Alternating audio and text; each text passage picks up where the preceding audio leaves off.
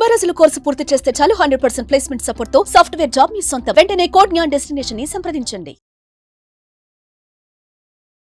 Welcome to సుమండి నేను సుమండి Vinayak. According to Vedic astrology కనుక మనం చూసుకుంటే కర్మ సిద్ధాంతం వృషభ రాశి వారికి ఎస్పెషల్లీ విమెన్కి జనరల్గా ఏ విధంగా ఉండే అవకాశం ఉంటుంది అండ్ ప్రస్తుతానికి ఈ కర్మ సిద్ధాంతంలో కనుక మనం చూసుకుంటే ఏ కర్మని వాళ్ళు అనుభవించే అవకాశం ఉంది అండ్ దాన్ని ఎలా గుర్తించాలి అనేది ఈరోజు మనతో పాటు వేదిక్ ఆస్ట్రాలజర్ ఉమా గారు ఉన్నారు. అది వారి మాటలు తెలుసుకుందాం. నమస్కారం సార్.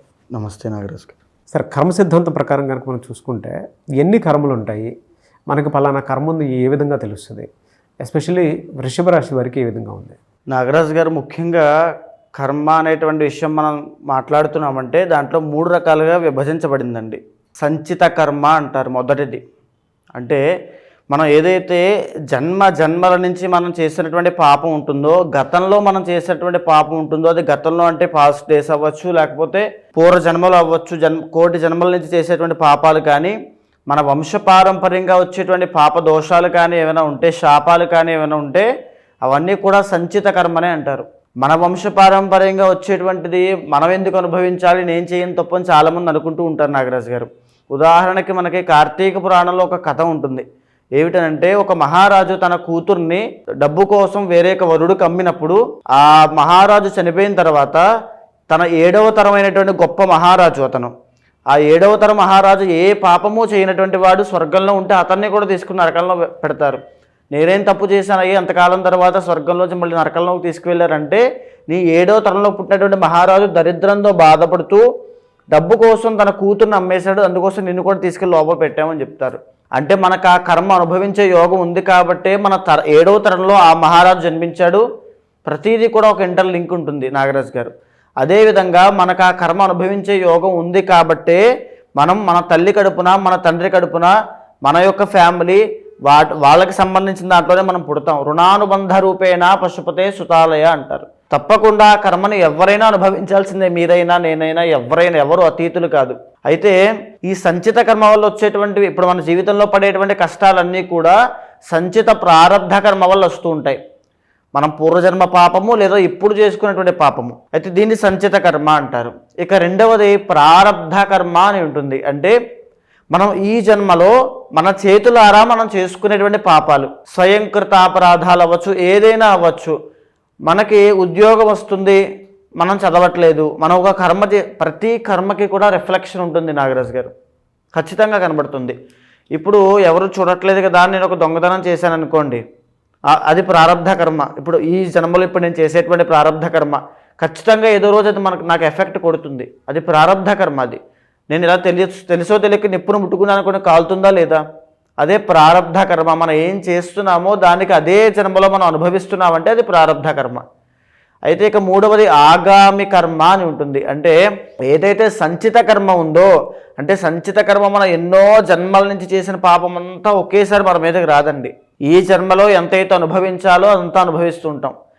బ్యాలెన్స్ మిగతా ఉంటుంది కదా, రిమైనింగ్ అంతా ఉంటుంది కదా. ఆ సంచిత కర్మ ఇప్పుడు మనం చేసిన ప్రారబ్ధ కర్మ అంతా కలిపి ఆగామి కర్మగా రాబోయే రోజుల్లో మనం అనుభవిస్తాం.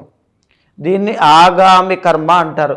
ఈ 3 కర్మలు ప్రతి మనిషిని, ప్రతి రాశిలో ఉండేటువంటి వ్యక్తి మీద ఆధారపడి ఆ వ్యక్తి యొక్క జీవితాన్ని చిన్నాభిన్నం చేస్తూ ఉంటాయి, ఇబ్బందులు గురి చేస్తూ ఉంటాయి. ఏదైనా కష్టమైనా పడవచ్చు, సుఖమైనా పడవచ్చు, ప్రతిదీ కూడా కర్మ మీద ఆధారపడి ఉంటుంది. ఇప్పుడు మనం ఒక రాశి వారికి ఇలా ఉండబోతోంది అని చెప్తున్నప్పుడు ఆ రాశి వాళ్ళకి ఎందుకు కనెక్ట్ అవుతుందండి? ఉదాహరణకి మొన్న ఒక రాశి వాళ్ళ గురించి మనం చెప్పినప్పుడు ఎంతోమంది ఫోన్లు చేసి చాలా కరెక్ట్గా యాక్యురేట్గా చెప్పారండి. ఎలా జరుగుతుంది అదంతా కూడా. ఒక రాశి మీద ఎలాంటి కర్మ ప్రభావం పడుతుంది అనేటువంటిది కూడా జ్యోతిష్ శాస్త్రం నిర్దేశించింది.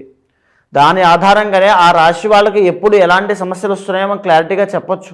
ఇప్పుడు వృషభ రాశి వారికి అంటే జనరల్గా ఏ కర్మని అనుభవిస్తున్నారు అనుకోవచ్చు, దాంతోపాటు ఎలా గుర్తించాలంటారు అసలు? వృషభ రాశి వారు జరిగిన 2 సంవత్సరాలుగా వాళ్ళు చేసేటువంటి ఏ పనిలో కూడా విజయం లేకుండా, ఎంత కష్టపడినా ఉద్యోగ ప్రయత్నాల్లో ఒక రకమైనటువంటి ఉత్తీర్ణత లేకుండా, వాళ్ళకు ఒక ప్రోగ్రెస్ లేకుండా, అభివృద్ధి లేకుండా, గొడ్డు చాకిరీ చేసినప్పటికీ కూడా డబ్బులు నిలబడకుండా, కుటుంబపరమైన ఒత్తిడితో ఒంటరి పోరాటం చేస్తూ ఎంతో కష్టపడుతున్నారు. వాళ్ళని అడగండి కావాలంటే. వాళ్ళ పొటెన్షియల్ కానీ, వాళ్ళ తెలివితేటలు కానీ ఈ రేంజ్లో ఉంటే వాళ్ళకు వచ్చే రిజల్ట్స్ కానీ, వాళ్ళకు వచ్చే గుర్తింపు కానీ ఇక్కడ ఉంటుంది. అంటే అసలు వ్యత్యాసమే ఉండదు. దాన్నే కంటక శని అంటారు. శని కర్మకారకుడు. ఆ సంచిత కర్మ అనేటువంటిది ఈ రకంగా ఇబ్బంది పెడుతుండే. ఇంకొక విషయం బాగా చెప్తున్నాను నాగరాజు గారు, గుర్తుపెట్టుకోండి. ప్రారబ్ధ కర్మ అని నేను చెప్పాను కదా, ఈ వృషభ రాశి వాళ్ళకి ఎలా వర్తిస్తుంది అంటే, వృషభ రాశి వాళ్ళకి ప్రారబ్ధ కర్మ అనేటువంటిది ఈ శని పీరియడ్ ఆఫ్ టైం ఉంటుంది కదా, కంటక శని జరిగినటువంటి 2 సంవత్సరాలుగా, ఈ సమయంలో వాళ్ళని ఫుల్ ప్లెడ్జ్డ్గా ఫోకస్ చేయనివ్వదు. ఏలినాటి శని వచ్చింది అని అంటే ఎందుకు సక్సెస్ అవ్వరు, ఎందుకు డబ్బులు నిలబడవు అంటే అప్పటికి వాళ్ళ ఆలోచన విధానం అలా మారుతుంది. వాళ్ళ కాన్సన్ట్రేషన్ తగ్గుతుంది, లేజినెస్ పెరుగుతుంది, నిర్లక్ష్యం పెరుగుతుంది, బద్ధకం పెరుగుతుంది, సోమరితనం అలవాటు అవుతుంది. బికాజ్ శని యొక్క ఎఫెక్ట్ వల్ల అదంతా కూడా మనల్ని మనమే ఒక సప్రెస్ చేసుకుంటూ ఉంటాం, డైల్యూట్ చేసుకుంటాం మన ఎనర్జీని. కంట్రోల్ యువర్ ఎనర్జీ అని చెప్తారు కదా. ఏంటంటే ఆ వృషభ రాశి వాళ్ళు ఎనర్జీని అంతా కూడా డీవియేట్ అయిపోతుంది మొత్తం అంతా. వాళ్ళు ఏదైతే ఉద్యోగం మీద ఫోకస్ చేస్తున్నారో చేయలేరు, కష్టం ఉంటుంది. కానీ ఫుల్ ప్లెజర్గా అది ఎంత చేసినప్పటికీ కూడా ఇంకా వెలితి కనబడుతూనే ఉంటుంది. అంటే శని యొక్క ఎఫెక్ట్ ప్రయత్నాన్ని ఇబ్బంది పెడుతుంది, ప్రయత్నపూర్వకంగా ఎంత కష్టపడినా వచ్చే రిజల్ట్ మీద ఎఫెక్ట్ చూపిస్తుంది. ఇది సంచిత ప్రారబ్ధ కర్మ వల్ల జరిగేటువంటిది. సంచిత కర్మ వల్లే వీళ్ళు ఆ వృషభ రాశిలో జన్మించారు. ప్రారబ్ధ కర్మ వల్లే వీళ్ళకి ఆ శని యొక్క ఎఫెక్ట్ వల్ల వీళ్ళ ప్రయత్నానికి భంగం కలిగి వీళ్ళు ఏ రిజల్ట్స్ రాకుండా వీళ్ళ జీవితంలో చేసుకుంటున్నారు. అంటే ఎలాంటి ఎఫెక్ట్స్ ఉండే అవకాశం ఉంటుందండి వీళ్ళకి? మొదటగా ఉద్యోగ ప్రయత్నాలు, వ్యాపార ప్రయత్నాలన్నీ కూడా కొలాప్స్ అయిపోతాయండి. ఆల్రెడీ 2 సంవత్సరాలుగా వాళ్ళ పాపం ఎంతో కష్టపడుతున్నారు, సో వాళ్ళకి తెలుస్తుంది. ఇక రెండవది, పనిచేసే చోట కూడా ఒక రకమైనటువంటి శత్రువుకు సంబంధించిన వాతావరణం ఎదుర్కొంటుంది. జలస్ అవ్వచ్చు, వీళ్ళని ఎదగనివ్వకుండా కిందకి లాగేయడము, శత్రువులు, ఈ రకమైన వాతావరణం ఉంటుంది. అండ్ మూడవది, అన్నిటికంటే వీళ్ళలో ఉండేటువంటి అహంకారము లేకపోతే ఆ బద్ధకం అవి పెరిగిపోతాయి. నెగిటివ్ ఫీలింగ్స్, నెగిటివ్ థాట్స్ అన్ని పెరిగిపోతాయి. ఇక నాలుగవది, ఆరోగ్యపరమైన సమస్యలు అవ్వచ్చండి. మరీ ముఖ్యంగా శుక్రుడు కుజుడు యొక్క కలయిక ఉంటుంది కాబట్టి బ్లడ్కి సంబంధించిన ఇబ్బందులు, ఆడవాళ్ళకి బ్లడ్ ఇన్ఫెక్షన్స్, వాటి వల్ల వచ్చేటువంటి స్కిన్ డిసీజెస్ అవ్వచ్చు, డెంటల్ ప్రాబ్లమ్స్ అవ్వచ్చు, ముఖ సౌందర్యం తగ్గడము, అంటే వాళ్ళ ముఖంలో కూడా ఒక సౌందర్యహీనత అనేటువంటిది కనబడుతూ ఉంటుంది. అదేవిధంగా శుక్రుడు వల్ల లవ్ ఫెయిల్యూర్స్ అవ్వచ్చు, లేకపోతే ఈ యొక్క పీసీఓడి కానీ పీసీఓఎస్ కానీ సంతానపరమైన ఆరోగ్య సమస్యలు అవ్వచ్చు. ఆ తరువాత ఓవర్ బ్లీడింగ్ కానీ, మెన్స్ట్రువల్ సైకిల్లో ఇబ్బందులు రావడం కానీ, ఇలాంటివన్నీ కూడా. కిడ్నీ సంబంధించిన వ్యాధులు కూడా వృషభ రాశి వాళ్ళకి జరిగిన 2 సంవత్సరాలుగా ఎఫెక్ట్ చేస్తూ ఉన్నాయి. అంటే బేస్డ్ ఆన్ వాళ్ళ ఇంటర్నల్ జాతకం కూడా వాళ్ళకి అది ప్లానటరీ కాంబినేషన్స్ మీద ఆధారపడి ఉంటుంది. కిడ్నీ గాల్ బ్లాడర్ స్టోన్స్ అవ్వచ్చండి, gall bladder stones, kidney neuro problems, బంధువుల దగ్గర నుంచి ఒత్తిడి పెరగడము, బంధువులు వీళ్ళకి శత్రువులుగా మారడం లాంటివి ఎన్నో సమస్యలు. తర్వాత ఓవర్ థింకింగ్ ప్రాబ్లం, నా జీవితంలో ఏం జరగట్లేదు అంటే ఒక స్తంభించిపోవడం అనేటువంటి పదాన్ని ఎప్పుడైనా విన్నారా? అంటే బ్లాక్ అయిపోవడం, అక్కడే ఆగిపోవడం. కూపస్థ మండూకము అంటాము, అంటే బావిలో కప్పలాగా అక్కడక్కడే ఎంత కష్టపడినా ఎంత ఎగిరినా అక్కడే ఉండగలడం. అదే ఈ యొక్క కర్మ ఇప్పుడు దాకా వీళ్ళకి వృషభ రాశి వాళ్ళకి జరుగుతోంది. ఇలా ఏ మంత్లో ఏ విధంగా ఉండే అవకాశం ఉంటుందండి వీళ్ళకి? ఈ మార్చి 30 వరకు కూడా వీళ్ళు ఏ ప్రయత్నం చేసినా అందులో కూడా ప్రతికూలమైన పరిస్థితులు ఉంటాయి, అన్నీ యాంటీగా ఉంటాయి. అయితే మార్చి 30 దగ్గర నుంచి మే 18 దాకా కాస్త అనుకూలంగా ఉండే అవకాశాలు ఉంటాయి. ఒక్క మాట చెప్తున్నాను నాగరాజు గారు, మే 15వ తారీఖు తర్వాత ఈ యొక్క వృషభ రాశి వాళ్ళకి అద్భుతమైన రాజయోగం పడుతుంది. బికాజ్ గురుబలం మళ్ళీ అందబోతోంది. అంటే చేసుకున్న పుణ్యము కూడా కర్మే. చేసుకున్న పుణ్యం ఏదో ఒక రూపంలో వచ్చి వీళ్ళకి సహాయం చేయబోతోంది. ఎయిదర్ పెద్దవాళ్ళతో సహాయం అవ్వచ్చు, వీళ్ళు చేసినటువంటి కష్టానికి రిఫ్లెక్షన్గా ఆ ప్రతిఫలం అంతా రావడం అవ్వచ్చు, లేకపోతే డబ్బులు ధన ఆదాయం పెరగడం లాంటివి ఎన్నో జరగబోతున్నాయి. కానీ ఈ శని యొక్క ఎఫెక్ట్ వల్ల, ఇంటర్నల్ జాతకంలో ఉండేటువంటి కర్మ వల్ల ఖచ్చితంగా ఎంతో కొంత మళ్ళీ ఈ గురుబలం కూడా ఇప్పుడు నేను చెప్పిన రాజయోగము మే టు అక్టోబర్ మాత్రమే ఉంటుందండి. ఈ ఒక టెంపరీ పీరియడ్ ఆఫ్ టైం అంతే. ఆ తర్వాత మళ్ళా మామూలు అంతా కూడా ఈ కష్టాలు అవ్వచ్చు, ఎంత కష్టపడిన రిజల్ట్స్ రాకపోవడం, ఇవన్నీ కూడా వృషభ రాశి వాళ్ళు మళ్ళా పడతారు, మళ్ళీ స్టార్ట్ అవుతుంది. అదేవిధంగా ఎవరైతే సినీ ఫీల్డ్లో ట్రై చేస్తున్నారో, ఎందుకంటే వృషభ రాశి వాళ్ళు జనరల్గా కళారంగంలో, నాటక రంగంలో, తర్వాత లలిత కళల్లో వాటిలో చాలా ఎక్కువగా ఉంటారు, పార్టిసిపేషన్ అవ్వచ్చు. అయితే స్పోర్ట్స్ ఫీల్డ్లో అవ్వచ్చు, వీళ్ళల్లో కూడా ఒక గుర్తింపు అనేది రాదు. వీళ్ళకి ఎంత టాలెంట్ ఉన్నా, ఎంత కెపాసిటీ ఉన్నా ఆ గుర్తింపు రాదు, ఆ పాపులారిటీ రాదు. కానీ మే 15 నుంచి అక్టోబర్ దాకా కాస్త ఆ పాపులారిటీ విషయంలో కాస్త బాగుండే అవకాశాలు ఉంటాయి. అక్టోబర్ దాటిన తర్వాత మళ్ళీ మామూలే, మళ్ళీ ఇబ్బందులన్నీ మామూలే. ఏదో ఒక గాలివాన్లాగా వచ్చి అలా వెళ్ళిపోతుంది గురుబలము. కానీ ఆ కర్మ ఫలితాన్ని తగ్గించుకుంటే మాత్రమే వీళ్ళ జీవితంలో అద్భుతమైన రిజల్ట్స్ కనబడతాయి నాగరాజు గారు. ఎలా అండి వీళ్ళకి జనరల్గా రెమెడీ ఏ విధంగా ఉండే అవకాశం ఉంటుంది? ఏ వారాల్లో అయినా సరే ఏదన్నా ఫలానాది కనుక చేసుకుంటే బాగుంటుంది అనుకోవడానికి ఏమన్నా? మరీ ముఖ్యంగా శుక్రవారం అండి. శుక్రవారం నాడు ప్రతి వృషభ రాశి స్త్రీలు కొద్దిగా బొబ్బర్లు తీసుకుని మీ ఇంట్లో కానీ మహాలక్ష్మి ఆలయం వద్ద కానీ ఒక గుప్పెడు లేదా ఇలా దోసెడు బొబ్బర్లు తీసుకుని అక్కడ అమ్మవారి ముందు వేసి, విగ్రహం ముందు మీ ఇంట్లో కానీ వేసి, దానిపైన ఆవు నేతితో దీపం పెట్టగలిగితే ప్రతి శుక్రవారం బ్రహ్మ ముహూర్తంలో కానీ ఉదయం 9 గంటల నుంచి 11 మధ్యలో కానీ లక్ష్మీ సమయం ఉంటుంది, ఆ సమయంలో పెట్టగలిగితే అద్భుతమైన రిజల్ట్స్ కనబడతాయండి. లక్ష్మీ తత్వం పడుతుంది, అద్భుతమైన అఖండ ఐశ్వర్యం సిద్ధిస్తాయి ఈ వృషభ రాశి వాళ్ళకి, ఎస్పెషల్లీ వీళ్ళకి మాత్రమే. ఎలా సార్ అంటే ఈ కర్మ సిద్ధాంతానికి సంబంధించినటువంటి రెమెడీ ఏమైనా ఉంటుందా? ఈ ఫిబ్రవరి 26వ తారీఖున నాగరాజు గారు మహాశివరాత్రి అయింది. జన్మకొక శివరాత్రి అంటారు. అంటే ఈ మహాశివరాత్రిని పురస్కరించుకుని నేను చేసేటువంటి కర్మ నివారణ అవ్వడం కోసం చేసే రుద్రయాగంలో పాల్గొమని చెప్పండి. ఎవరైనా సరే, ఏ ఇండివిజువల్లో అయినా సరే, అంటే మీ కర్మ మీదే, మీ భార్య కర్మ మీ భార్యదే, ఎవరి కర్మ వాళ్ళదే.